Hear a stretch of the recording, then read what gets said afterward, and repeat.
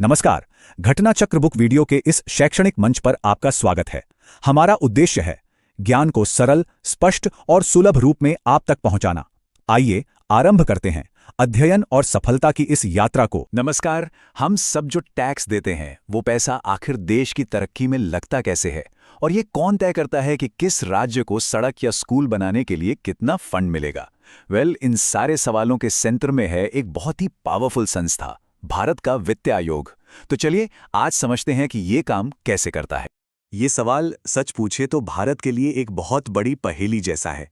इसे एक बड़े परिवार की तरह समझिए, जहां आमदनी एक जगह से आती है लेकिन हर सदस्य की जरूरतें बिल्कुल अलग अलग हैं।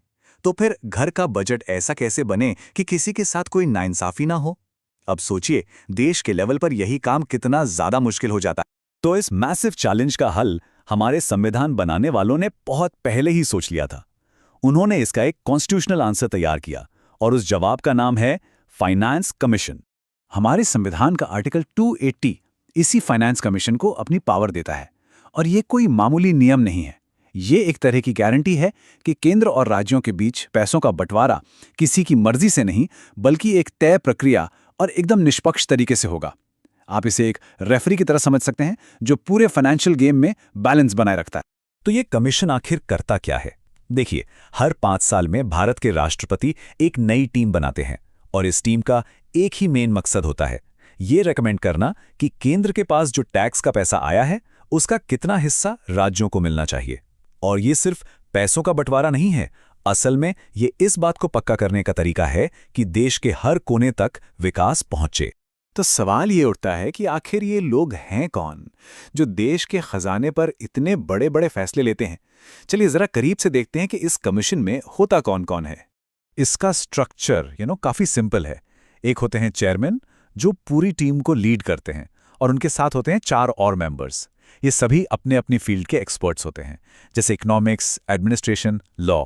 तो ये एक छोटी सी लेकिन बहुत पावरफुल टीम मिलकर देश की फाइनेंशियल डायरेक्शन तय करती है। और हाँ, इन सभी मेंबर्स को चेयरमैन को मिलाकर अपॉइंट कौन करता है? भारत के राष्ट्रपति।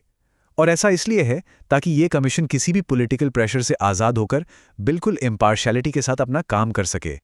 अच्छा, तो ये फाइनेंस कमीशन कोई आज की बनाई हुई संस्था नहीं है। इसकी जड़ें तो भारत की आज़ादी के टाइम से जुड़ी हुई हैं।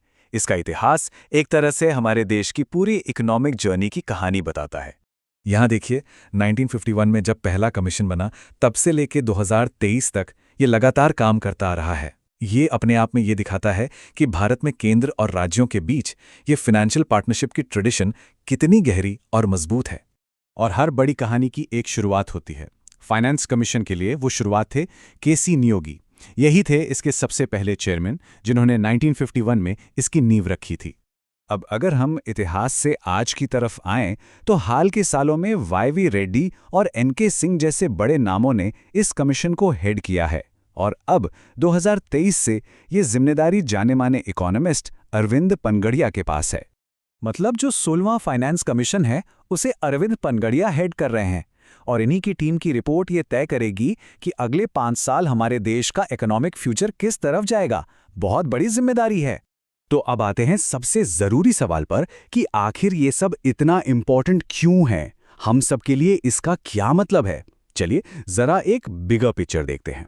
जैसा कि यहाँ साफ साफ लिखा है, इसका मेन काम है केंद्र और राज्यों के बीच रेवेन्यू बांटना। अब इसका असल मतलब क्या है? इसका मतलब ये है कि चाहे कोई राज्य छोटा हो या बड़ा, अमीर हो या गरीब, उसे अपनी तरक्की के लिए जरूरी पैसा मिले, ये पक्का करना इसी कमीशन का काम है। तो ये सिर्फ पैसों का लेन देन नहीं है, ये टीम इंडिया की स्पिरिट है। सोचिए, जब हर राज्य फाइनेंशियली स्ट्रांग होगा तो जाहिर है पूरा देश मजबूत होगा। इसी कॉन्सेप्ट को कहते हैं फिस्कल फेडरलिज्म, जहां फाइनेंशियल पार्टनरशिप देश की यूनिटी को और भी मजबूत बनाती है। और अब हम सब के लिए सोचने वाला सवाल ये है कि 16वें फाइनेंस कमीशन की रिकमेंडेशंस भारत के आने वाले 5 साल के इकोनॉमिक फ्यूचर को कैसे शेप करेंगी? क्या वो हमारी बदलती ज़रूरतों को पूरा कर पाएंगी?